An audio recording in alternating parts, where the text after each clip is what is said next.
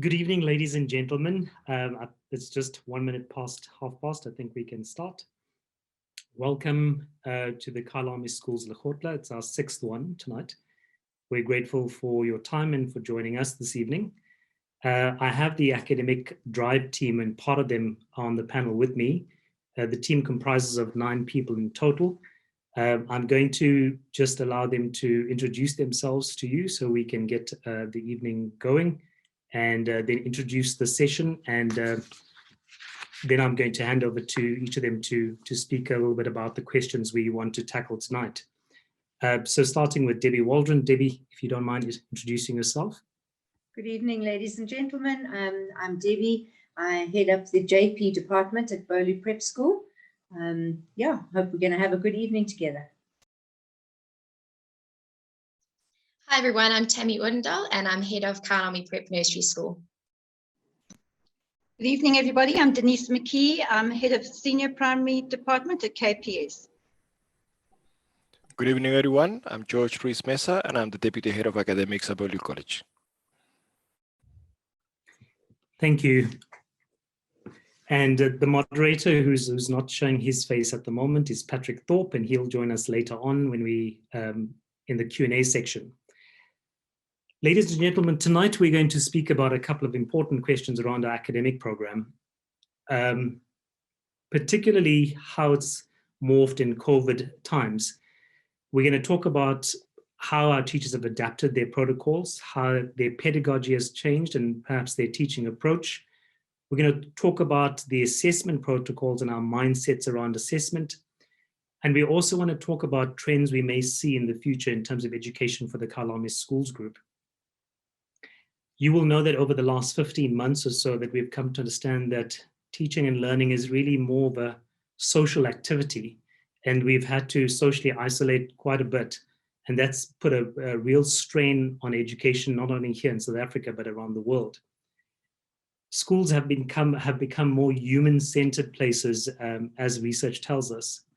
And so it's really relevant today that we talk about relationships and the power of relationships in schools. We also find that schools have to balance themselves very carefully these days. There are 2 forces that exist here, and that's the desire to be compliant, consistent, and steadfast, but also to be innovative and adapt and pivot. So we've moved from a compliance mindset where we're trying to protect our students, our staff, and then also optimize our contact lessons when we're permitted to do so, all through an innovation mindset. I'm going to start with the Ecd phase. So Tammy Udendal heads up that phase, as you've heard. Tammy, while we're fortunate to have some of our kids back, in fact, this week they returned to the nursery school, many are still at home. And we know that the nursery school is unique in terms of their teaching and learning approach. Can you maybe elaborate on how parents can support and assist their children while they're online remote learning for those who haven't returned yet? Sure, thanks, Mark. So I think the greatest support that a parent can give is really the emotional support at ECD level, and perhaps Debbie will agree with me even at JP level, that the emotional component is huge. Our children at the moment possibly feel completely out of control in the current environment. And so my suggestion to parents to best support their children would be very practical ones, to help them feel safe and secure in their home environment. And that might sound a little silly to say because it's their home environment. They should feel safe there. But I think that they're practical things that parents can be doing to help their children feel the security and just a little bit of control in a time like this. And so I'd suggest things like ensuring that your child has a space of their own to work in, an organized space, so that they know when they're sitting at this particular table in this seat, it's now time for us to do work. Ensuring that the child and all their equipment, their resources are prepared, for instance, the night before. So it isn't a mad rush just before the lesson to make sure that they've got their cokies or their paint They know that they're going into their lesson prepared, to try and instill a routine in the children. And I know that during this time, that really is a challenging one. But as far as possible to have that routine in place, again, like I say, the space at the table is part of their routine, that they know what's coming next. And at a little one's age, that's really important. Things like, maybe I can call it a parent hack, but having a snack pack prepared for the child the night before so that they can practice independence. And when they're hungry, they can just get up and go and get themselves a snack instead of coming to you for the 16th time in the day and asking for something to eat.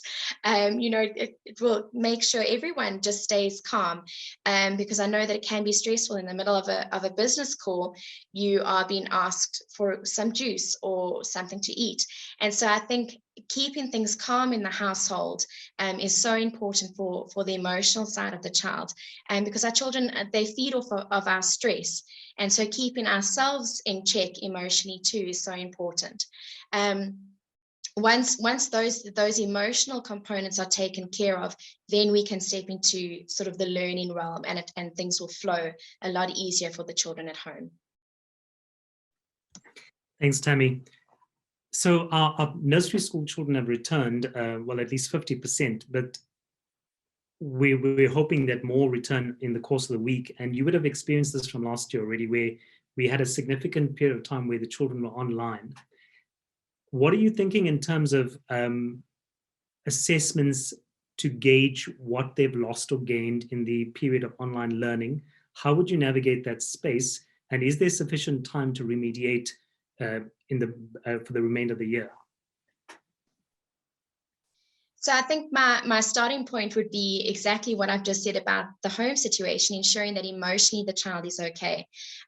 So you might find that when the children return to school, anxiety levels are possibly through the roof, depending on what conversations they've heard at home. They might be coming to school with a lot of anxiety. And so first and foremost, our teachers would ensure that they're okay emotionally before we even look at any kind of academic aspects or assessments. And once we're happy that the children are feeling safe, are feeling secure and loved, then we would do baseline assessments, and just to see where each of the children are at, and to ensure that we're going to meet them at their point of need when they come back. And there will be gaps in their learning. We are aware of that. And so our teachers have developed home programs for our children so that we can continue to work hand in hand with our parents. Something that I am very passionate about is our perceptual program. And so what we did last year was that we noticed gaps in the children's development. And this is actually prior to COVID even. It just has ended up working really well with COVID, is that our perceptual program really looks at the fundamental concepts that children need to have in place in order for learning to happen in their grade 1, 2, and 3 years. Things that they need, the skills that they need to read and to write and to do maths. And so that program has really kicked in hugely last year and this year to ensure that we're going back to the basics of those perceptual skills with our children, to bridge the gaps, to fill any holes really that have formed during this time, so that we can be confident in sending our children to the next grade with all of the necessary skills. Thank you, Tammy. Debbie, I'm going to move on to you. You're the head of the JP phase, and so you handle grade 1, 2s, and 3s, and you're also representing Kyalami Prep tonight. Projections in the media tell us that from March 2020 to June 2021, most public schools have lost a significant amount of time in terms of their teaching and learning, between 70 and 100% in some cases. And so to put this in perspective, they tell us that the average grade 3 child would have the same learning outcomes as the average grade 2 child at the end of 2019 or June 2019, if we look at a full year. Debbie, can you give some feedback in terms of how our schools might compare against this projection of loss of teaching and learning in the context of our online learning program? Absolutely. Thanks, Mark. I hate to say that in terms of the public schools, I think that those predictions, those figures are accurate, specifically in the junior prep, where for children to learn to read and write is a hands-on experience. And when you're doing that with online learning and also or with the public schools, many of them didn't even have the opportunity to have the online learning. So unfortunately, I do agree that those statistics may well be correct for public schools. Just in terms of our children, however, yeah, the online learning that we've given has been, I have to say, phenomenal in what I've seen. And just learning to read and write and grappling with new maths concepts is not easy. It's not easy in the classroom. So just imagine that without that hands-on teaching, it's even more difficult. But I'm going to take this opportunity to say that if anybody can, the junior prep teachers can. And I know that if you were asking this question of George or Tammy or Den, they'd be saying the same thing. But right now it's JP, so I'm going to blow their trumpets for a moment or two, and just say that when it comes to the teachers, they have the most incredible, unique approach. No two classes are the same, as you can imagine. Every group has a different dynamic because it's made up of different children. So even across the grade 1 group, you're going to have different dynamics within the classrooms. But what we do have is a group of teachers who know their children. They know what their children need, and they adapt their teaching style, the lessons to make sure that the children are getting what they need. So I'm going to say, for example, in the junior classes, particularly in grade 1, we would take smaller groups. So instead of teaching the whole class as a group, we'd split them up into boys group, a group with just the boys and a group with just the girls, or just particular children, which we would put together because of friendships or whatever. So we just do smaller groups. We also offer, obviously, individual teaching to children when we know that a child is struggling with a certain concept. The teacher has a sense of whether a child has grasped that concept or not. And if they feel that at the end of the day that there really was something that particular child didn't get, she'd set up a time with that child to just go through the stuff that they need to have reinforced. And I know that happens regularly at BPS, and I'm quite sure it happens at KPS too. So individual lessons or smaller group lessons will happen after school to just make sure that the children have got what they need. The teachers are also excellent at checking the work that's being submitted. And if they're picking up something that they're worried about, they follow up, they email the parents, they're in touch. The open door policy hasn't changed at all since the online learning started. In fact, I think it's even better, and we almost are part of the homes of our parents and of our children, because we pop in there every morning, so we know what's going on. So yeah, I would say, Mark, in terms of the children at Kyalami schools, they really are on track. We are ready for next term, and we are ready for next year. And we do have hopefully a full term of at school on hands-on teaching ahead of us to sort out any problems that have occurred. Thanks, Debbie. You've answered all my questions, actually. I think the next one is around engagement for me. So screen fatigue is a real thing. And when you're online for a large part of the day, as our timetable dictates for the average child who's sitting online from about 7:30 or 8 to 1:30 at the primary school level and up to 3 o'clock at the high school level, it becomes a real challenge to keep concentration levels high, to engage our students. Debbie, what are your strategies around engaging our children so that we can still meet our learning outcomes? Mark, absolutely. I think keeping children engaged is critical, and particularly when we're online during the online learning time.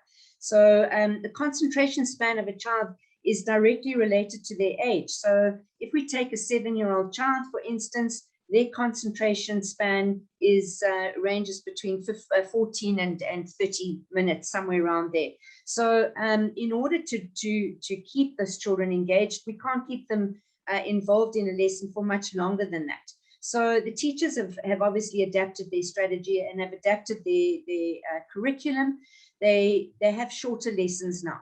They have they've broken concepts up into bite-sized chunks so that the children are not in front of the computer for ages and ages, although they are there from early in the morning until 1:30, because we have tried to include all our lessons, such as phys ed and the art and all of those lessons, as well as just the core lessons.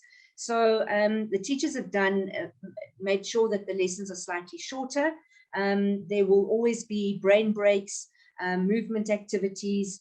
The teachers sense what's happening in their classroom, and they know when they need to change the classroom vibe.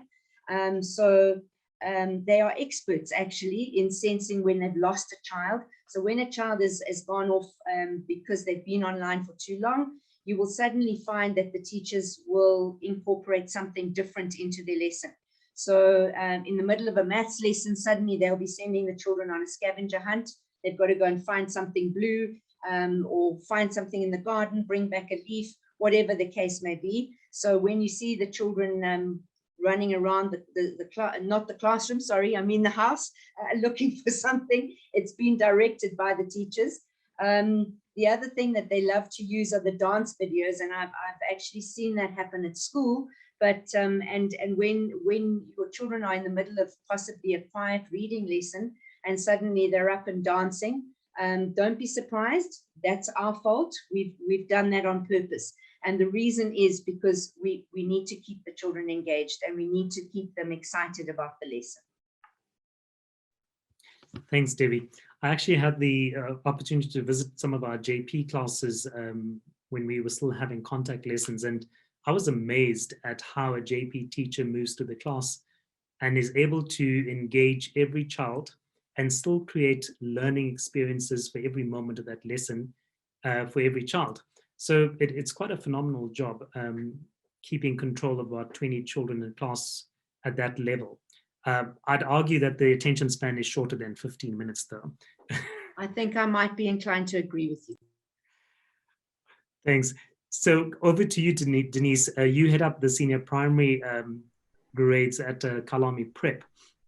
So I want to talk to you about, or perhaps you can shed some light around strategies that the schools are using to support children who are not coping well during the online learning period. We know there's some children who have thrived, but some children have not. So what are the practical strategies you're using to ensure that we can support those learners who aren't coping? Yeah, 100%, Mark. We've got some children who just take to online learning like a duck to water. They love the fact that they can get on at their own pace, and they don't have the distraction of the classroom around them, and they just fly, and it's amazing. Other children, however, need the banter that goes on in the classroom. They need the teacher's touch on their shoulder. They tend to struggle a little bit with time management and soft skills like planning and organization. So what we do there is we meet with those children on an individual basis, and we don't give them the answers because we believe in empowering our children and letting them take ownership for their learning. So what we do is together with them, we come up with strategies like how can you organize your life better? Maybe you have your timetable up on the wall, maybe you have a visual calendar, maybe you use Google Calendar. And together we'll work through it, and then we'll review it and see what worked and what didn't. It's quite interesting. One of our grade 6 teachers recently did a survey with her class to see what they liked and didn't like.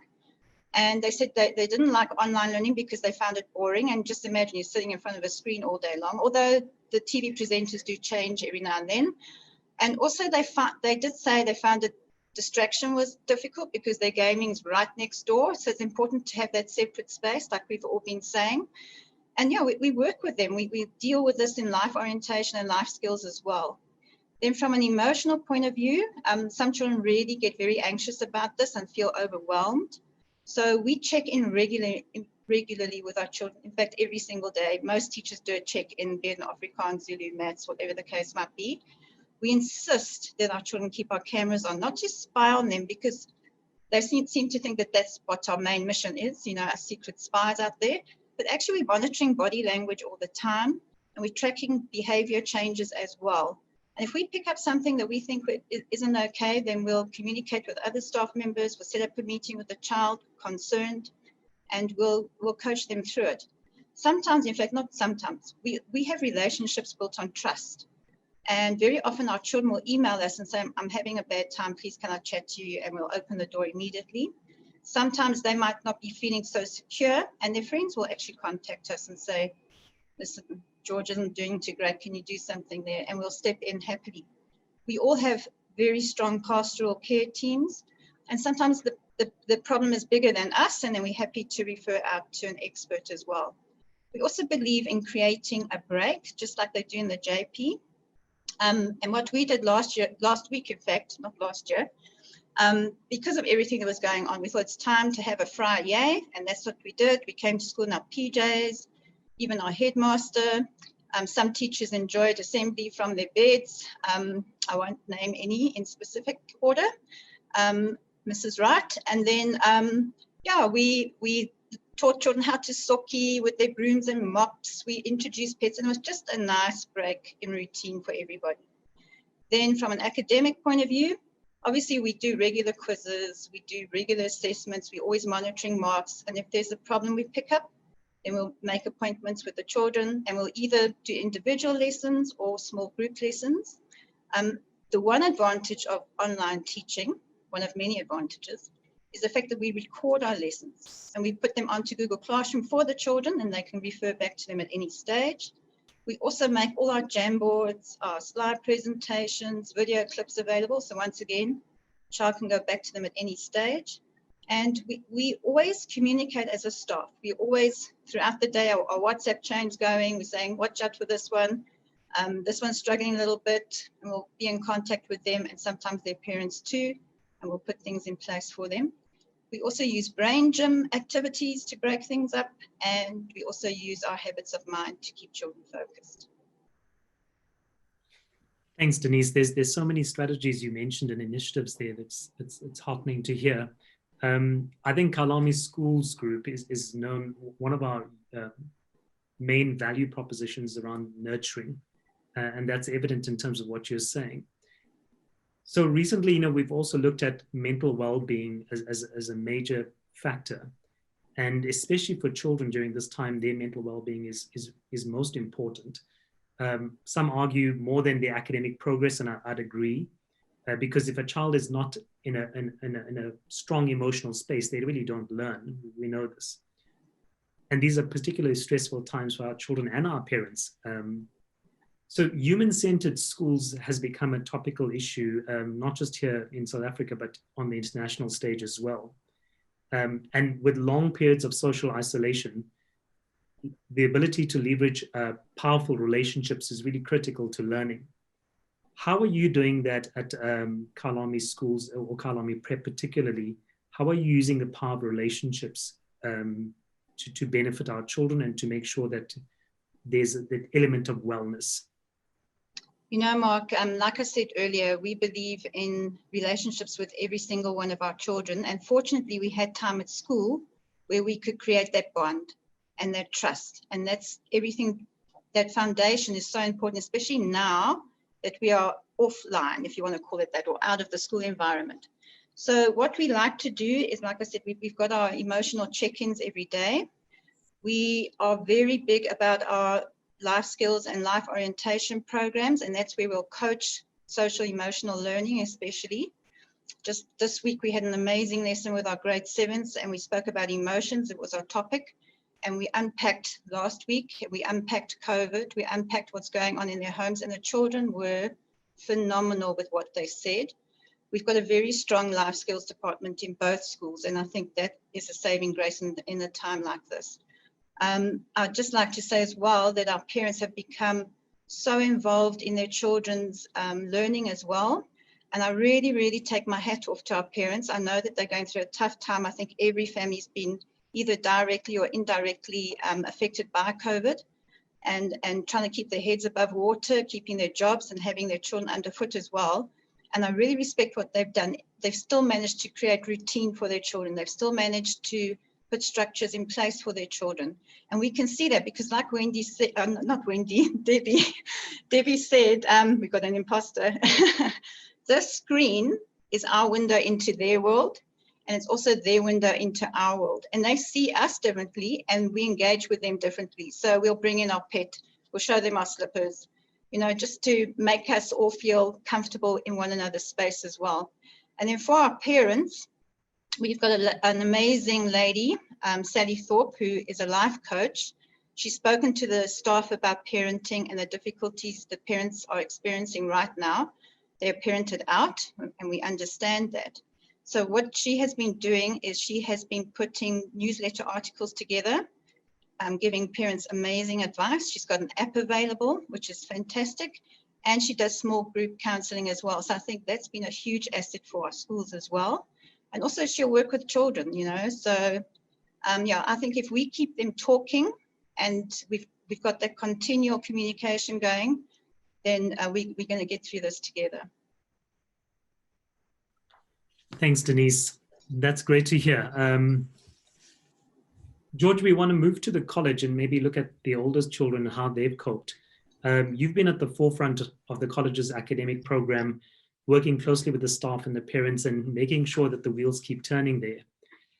How have the staff used the online and hybrid sessions to inform their pedagogy? Can you tell us a little bit more about how that has changed as compared to the conventional way? Yeah, thanks, Mark. Yeah, I think the opening of the online and hybrid learning models that we used last year sort of remove a layer of fear from our teachers. First of all, they seem to have that fear of interacting with the pupils in a virtual space. It was something that I think it was the same for both pupils and teachers. What this, I think, has brought about is the way in which the lesson flow is different. The lesson flows quicker. There is less sort of disruption in a lesson, and that allows for the theoretical part of a lesson, so to speak, to move on quicker. It allows for pupils to actually work at a faster pace and to work for longer periods of time on the applications and the use of the skills that they're learning in class. Also, things like introducing the memo for tests and examinations to a video lesson where the pupils can actually see the teacher explaining how the solution of that lesson or that question is being done, and being able to go back and go over that solution over and over again has also brought a new sort of dimension that the pupils seem to be comfortable with. There is a whole other activities that have been moved online, things like ASPs, tutorial programs, and in some cases, sort of the way in which the teachers have facilitated the interaction with the pupils. Some pupils that, for example, were not comfortable asking questions in the face-to-face classroom space are now feeling a little bit more comfortable in asking those questions when they are working in a virtual space. Perhaps it's because they don't have the teacher in front of them. So that is also open the channels of communication between pupils and teachers. Thank you, George. I'm not done with the college side yet, but I just want to remind the audience online to please post questions in the chat, and our moderator will get to them. We will break for a Q&A very shortly, so we just want to finish up 1 or 2 more questions. Now, assessment has also been a critical aspect of teaching and learning, as we know, across our schools, whether it's in the primary school or the high school. And it's how we measure impact, and especially during these times. George, how has the approach to assessment changed in terms of assessment practices which were instituted so we can keep assessment fair, accurate, accessible, and is it working? Mark, thank you. I think assessment has been one of those areas where we have grown the most in terms of our online offering, from ways in which we conduct our invigilation and proctoring to the way in which we assess.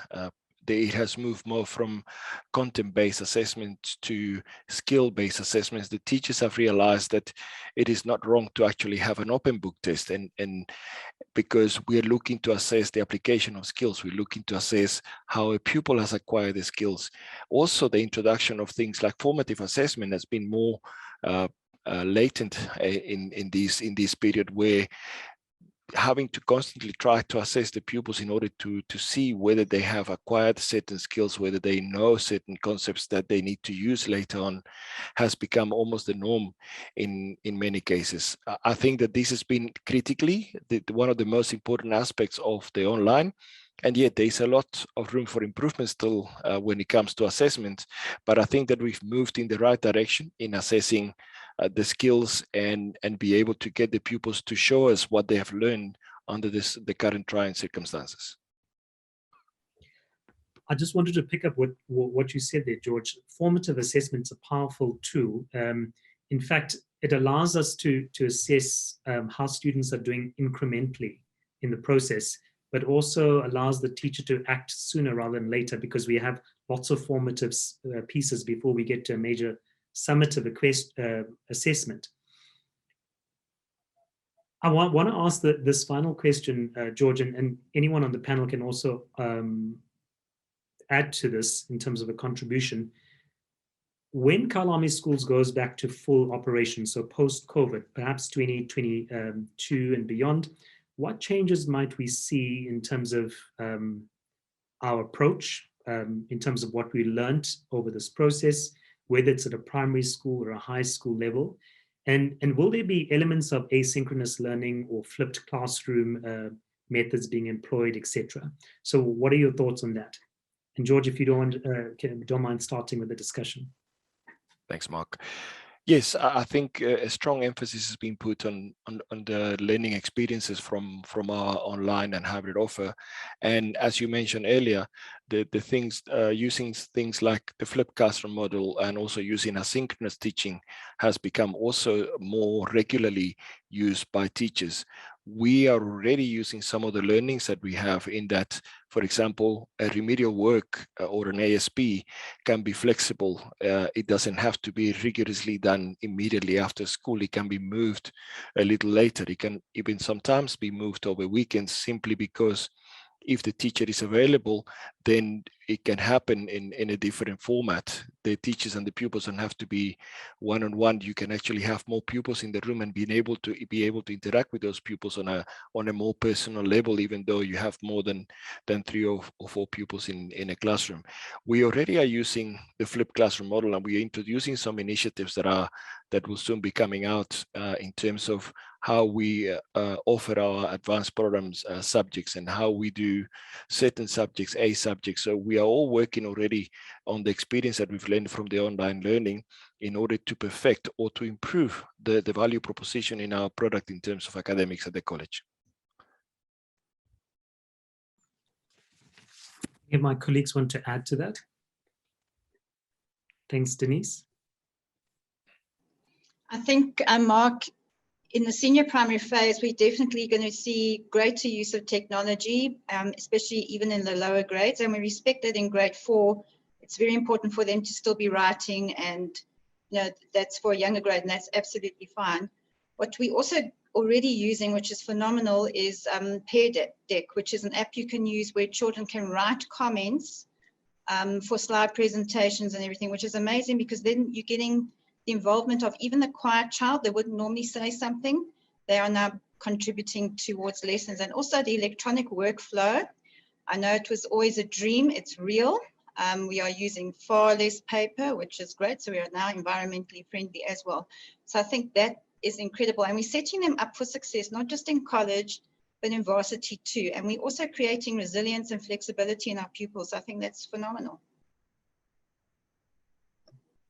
Thanks, Denise. Debbie, I see your hands raised. Yes, I just want to say that we can't wait to go back to normal, in inverted commas, because we want our children back in the classroom. That's where they need to be. So that's from a junior prep perspective. And I'm sure Tammy echoes the same sentiment. Absolutely. We know that this online learning environment has helped our children become far more independent. And the teacher almost has taken on a facilitator mentor type role, which is not a bad thing, because it is more student-centered. And we were always trying to strive toward that. So there's been a lot of benefits that have come with this. And we need to now leverage it, and we are. So we will keep on moving forward in that space.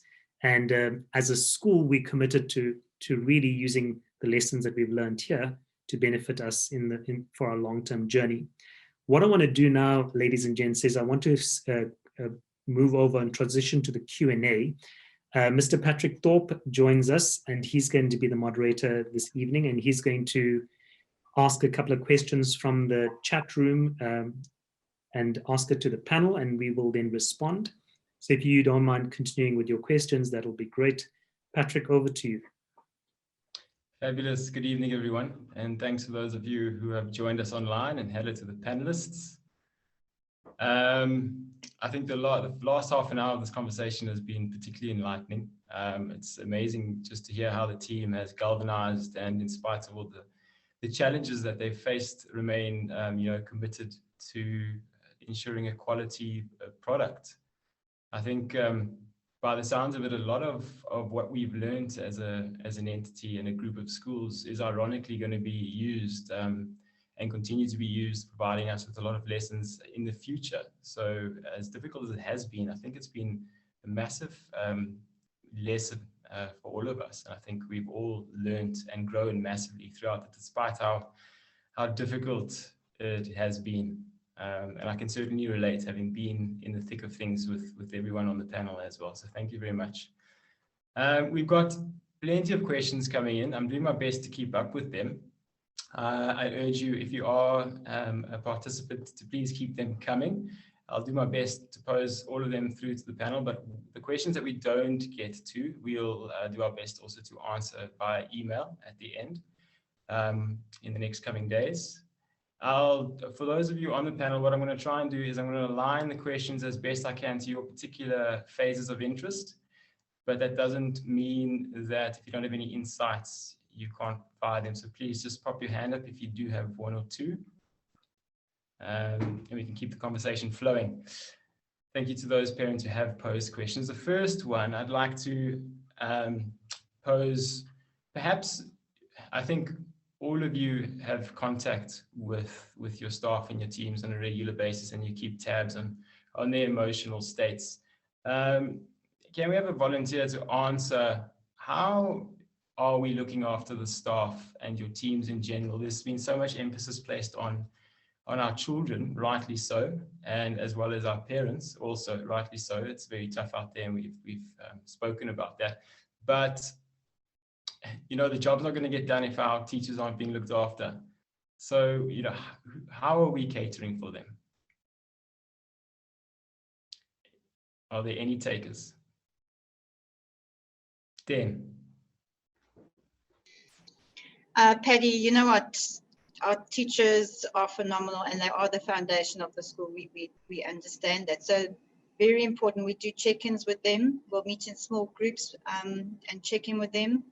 You always get the teacher that doesn't want to say anything, and they'll need a little bit of a nudge. But also, I think once again, we've got relationships of trust, and they will come forward, and there's no shame in saying, actually, I'm not coping right now, and we'll put things in place easily. We also like to have some fun with our staff as well. So we have had Mad Hats and things like, and donut days and things like that. So just to keep it lighthearted as well, I think that's incredibly important. Yeah. Thank you very much. Debbie? Pat, thank you. I'd just like to say that in terms of relationships with your teachers, it's critical that you keep those going, that they know that you literally are just a phone call away if they need you. You can pop in, you can take a lesson for them, you can give them some time out if that's necessary. And sometimes it is necessary. As you said, Den, I think sometimes the teachers need a little bit of a nudge because they are brave warriors and they take it all on. But we as the exec kind of realize when they're taking a bit of strain. And I think it's all about just sending them a message, making sure that they know that we're there for them. And for example, in the beginning, when we first went online, most of the JP teachers, in fact, I think almost all of them were at school because they feel better in their classroom. They've got everything that they need and they can teach from their board. And so we had a quiet time at break in the quad, socially distant, of course, but just there to react, just to interact with each other. And I think that's critical. I think that's really important. Some superb insights there, both Denise and Debbie. Thank you very much. I'm going to pose the next question to George. I know because you're very much focused on the tech side of things and the innovation in the classroom. But this question is also sort of related to there's been a lot of practices I'm sure that the teachers have adopted, and as we have schools have started to embed in the way we do things on a day-to-day basis because of the pandemic. But moving forward and once things normalize, what do you think, if anything, is going to remain embedded in the way that we produce content and teach it and interact? Thanks, Patrick. I think, you put it that the content that gets recorded, and when you produce content at a certain level of quality, and I think that's the aim that we taking forward, is actually to improve in the quality of the content that we produce, is we would like to see the repository and to start curating content that we produce ourselves according to our own conditions and the way that we foresee educating our pupils in terms of the knowledge that they require. So going forward, what we're looking to do is to improve in the current product that we're doing. I know that there is still a lot of room for improvement when it comes to the quality of the lessons in some cases, but it's something that we're working. Teacher training, we've done a massive amount of teacher training this year. We're also looking at improving in some of the technologies that we're using.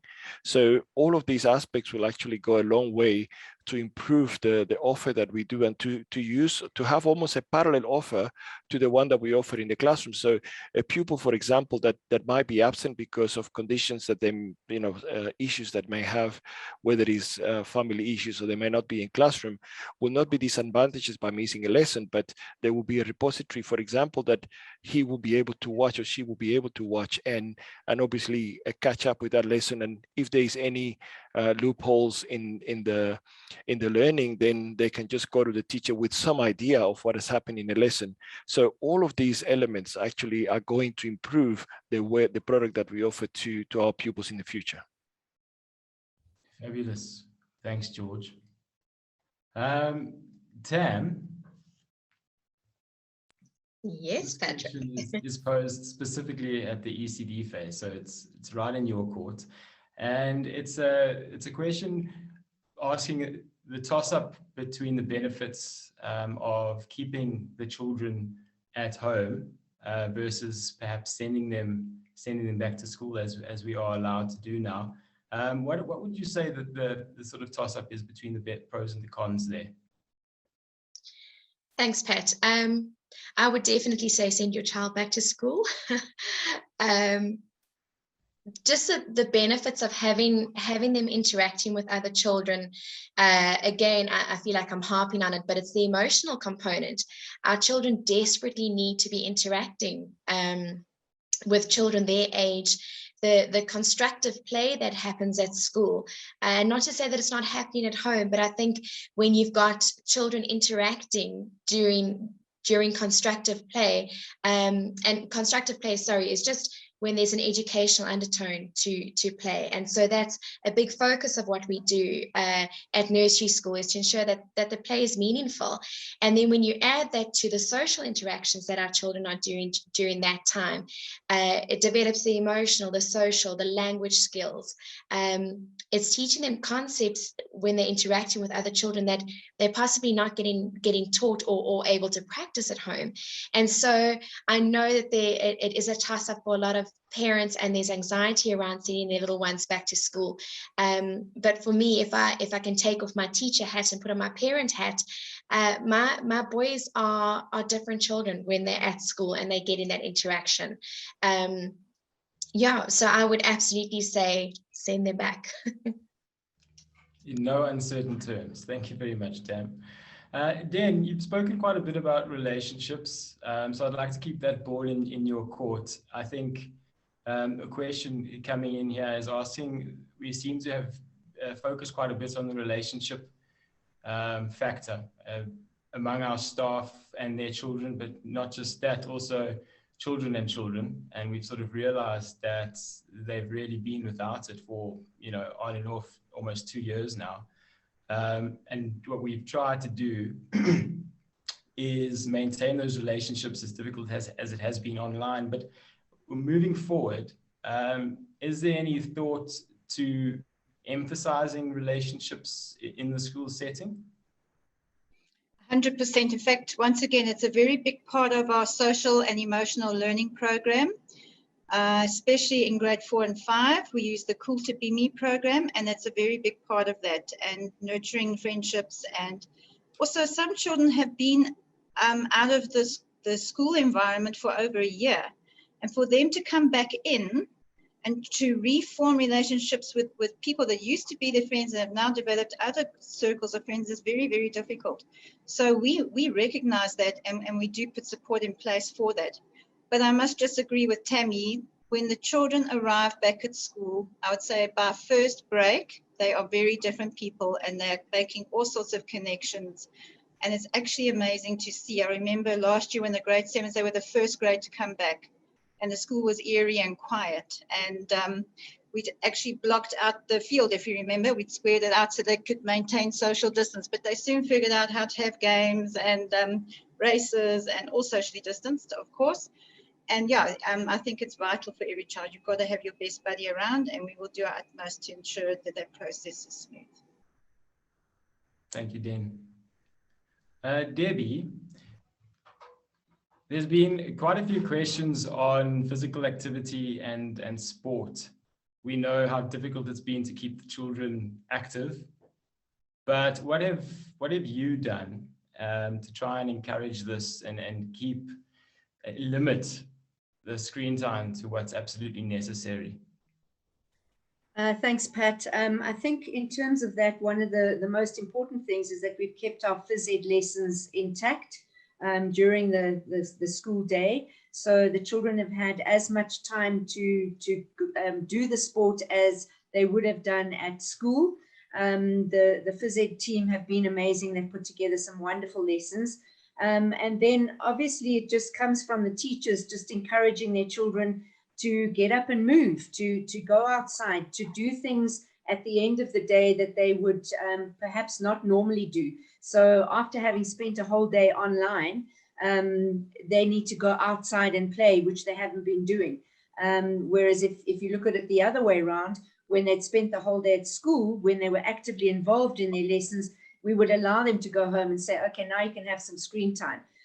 But obviously now the roles are sort of changed, and we've reversed that a bit. And so we're encouraging the children to go out and do things, ride their bikes and kick the ball and just enjoy the kinds of things that they would have been doing at school. I think one of the things that I also wanted to just touch on after Tammy spoke was the children need that social interaction. It's if you're questioning sending your children back, if that's not the only reason you send them back, then I would say that that's one that you should really think about. Children miss each other so much, and we found this in the classroom. You'd have your lessons, and then we'd say to them under normal circumstances, right guys, off you go out to break, and they'd go out to the top field and they'd have fun and they'd chat and they'd be able to just talk to their friends. Now with the online, in the beginning, we would say to them, right, off you go to break, and we would take them off the online, and they didn't have that opportunity to chat to their friends and to engage with them. So I think that what we've done, and a lot of the teachers have done this now, is just make sure that they've incorporated some time in their school day for the children just to talk to each other. And to just be able to shoot the breeze, really, and laugh and giggle and just have some of the fun that they used to have on the field and in the classroom. So I think that's also critical. So if you're questioning it, the answer is send them back. We need them. Patrick, can I jump in there as well? Please. And I want to support the team in this quest. I mean, we mustn't lose sight that an adult-child relationship is very different to a child-child relationship. And while you think that as parents, you may be at home and your children are there with you and they're getting everything they need, there's still a huge deficit in terms of relationship because they're not associating with children of their own age. And I see it with my own child. We're also in the process of trialing an enterprise account where we have breakout rooms on Google Meets. Now, you will know this from a Zoom type webinar or, Zoom meeting as well.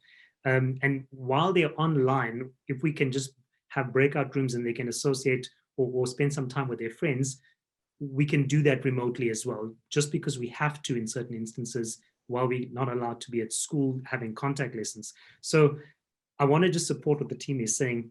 It is really essential. And I think a lot of the well-being of children relates to that factor of not being able to associate and play with their friends and just be with their peers. And this is where it arises. And if we can create a solution around that sooner rather than later in terms of sending them back, then we have better children. Thanks. Thank you, Mark. It's amazing what we take for granted. And just walking around the corridors of the school recently, I don't think anyone would disagree how excited we all are just to have children back walking around, walking among the corridors. It really is very exciting. George. Yes. So I think it's certainly fair to say that there's still quite a bit of fear and uncertainty among general society at large, but more specifically our parents with regards to potentially sending their children, to school versus keeping them at home. How are we going to make sure that we cater in equal measure and make sure that children aren't left out whilst online if parents do decide to keep them at home? Patrick, I think that's been the main purpose of our hybrid offer. So while we would like to have all the pupils at school, and for us, and I can tell you from arguments or from discussion with my teachers that they do prefer that face-to-face, and even though perhaps the lesson doesn't flow as quickly because there is disruptions of different types while the lesson is happening, they still prefer that sort of direct contact because they can feed from the pupils. But while this is happening, I understand that there are fears around sending the pupils to school, and because of that, we did started the hybrid model last year, which was almost a parallel teaching. So while we were teaching the pupils in school, there was also an element of online for the pupils that could not be at school and they were at home. So we are still working on perfecting that model, and again, going forward, as I said earlier in the first question that you asked me, is to actually start working on curating content and curating a repository of video, which, by the way, from last year to this date, we have a YouTube channel that has over 800 videos that we have curated already. Videos on all subjects, basically, and all grades as well. So it is something that we have made it a high priority, because going forward is going to help our pupils. Brilliant, thanks. George, I'd like to keep you on the mic because I think you touched on a topic that segues nicely into another question that was asked on the chat, and that is, we are an incredibly well-resourced group of schools with children who have access to phenomenal resources, but that certainly isn't the case for the majority of the country. Has there been talk among the group of perhaps sharing resources or intellectual property at any stage to sort of uplift and help narrow this deficit? Absolutely. I mean, from the YouTube channel that we have, from the let's say instructions from the CEO last year, when we started populating that channel, it was that we will not make those resources to be private. We will actually want to keep those resources to be public, so anyone who had the link and who had access to the channel can actually view those videos. And lately, this year, just to give you a bit more of a background, we have used a live streaming model to do remedial lessons in mathematics and physical sciences for the matrics. We've done revision lessons for them, and while we've been doing that, we've done it in a live model, and we have actually made the effort to send the link out to underprivileged schools, that all they need is just perhaps one device connected, and they will be able to then view the lesson that our own teachers are doing on a live in a live way. So we are not tried to keep these to ourselves. I think it'll be very selfish to keep this wealth of knowledge and this quality of content that we're putting out there just to keep it to ourselves. So we have allowed other people to view and to enrich the pupils from this experience as well. Certainly. Thanks, George. May I interject, Patrick? Please, yeah. On that point, we're actively looking to partner with schools around us to share our content. in terms of what we deliver, whether it's at a primary school level or high school level. So I'd encourage any parents on the call tonight, and if you have links to other schools that can support us to do that more efficiently and effectively, we'd welcome an email from you to help us with that process. But by all means, the Kyalami Schools Group has a very clear mandate in terms of we want to share content and share expertise with our surrounding schools, or schools that haven't been able to open like we have, or remain online. As we said earlier in our discussion, 70% of the schools around us haven't had that luxury of continuing their learning. And the deficit is huge. So if we can address that in even a small way, we're willing and able to do it. We just need to make the right connections. Thanks, Mark. I know we're nearing the end of the hour, and I'm conscious of time, but I'd like to squeeze one more in and keep you on the mic as Head of Academics and Innovation. I think this all lands squarely in your court. Just speaking about other schools, more traditional schools that have now looked at, because of the last year and a half, and their success online. Perhaps opening an online branch of their campus. Is this a consideration for this group? Thanks, Pat. Well, if you're looking at the screen behind me, or you'll see it says Kyalami Schools Online Learning Zone. And I can confirm that we're ready to launch in 2022 at our advanced program Maths 8th subject as a full online offering with a flipped classroom modality. So what that means is that any child, whether they're in the school or outside of our school, can join that AP Maths program and see it right through to matric and get an accreditation, AP Maths accreditation. Now, we're also actively looking to do the same for all our advanced programs, whether it's advanced program physics, whether it's equine studies, which is an internal subject, or engineering, graphics, and design. And I imagine that that list of subjects is going to grow as we develop more expertise. So the short answer to your question is we're absolutely going to go online with certain elements and certain subjects that we already have in the pipeline. And as this organically grows, we will then look to bring other subjects online as well. I want to just mention that with this flipped classroom model we're using, that we want to be able to have pre-recorded lessons for our children to watch at home, our children in the Kyalami Schools Group, and have more productive discussions in class time around the videos they've watched at home. So we use that time more productively. That's one lesson that we can take away. So that asynchronous aspect will remain, and that's one of the things we will take with us, whether it's at a primary school or high school level. Great. Thank you, Mark. One thing before I sort of hand over, I'm aware of the questions we haven't got to. So as we mentioned earlier, we will do our best to get those answers to you in the next couple of days via email. So we are aware of the ones we have missed out. Sorry about that. But thank you to everyone who has posted a question, very valuable. And I think it provided some wonderful insight. Thank you very much.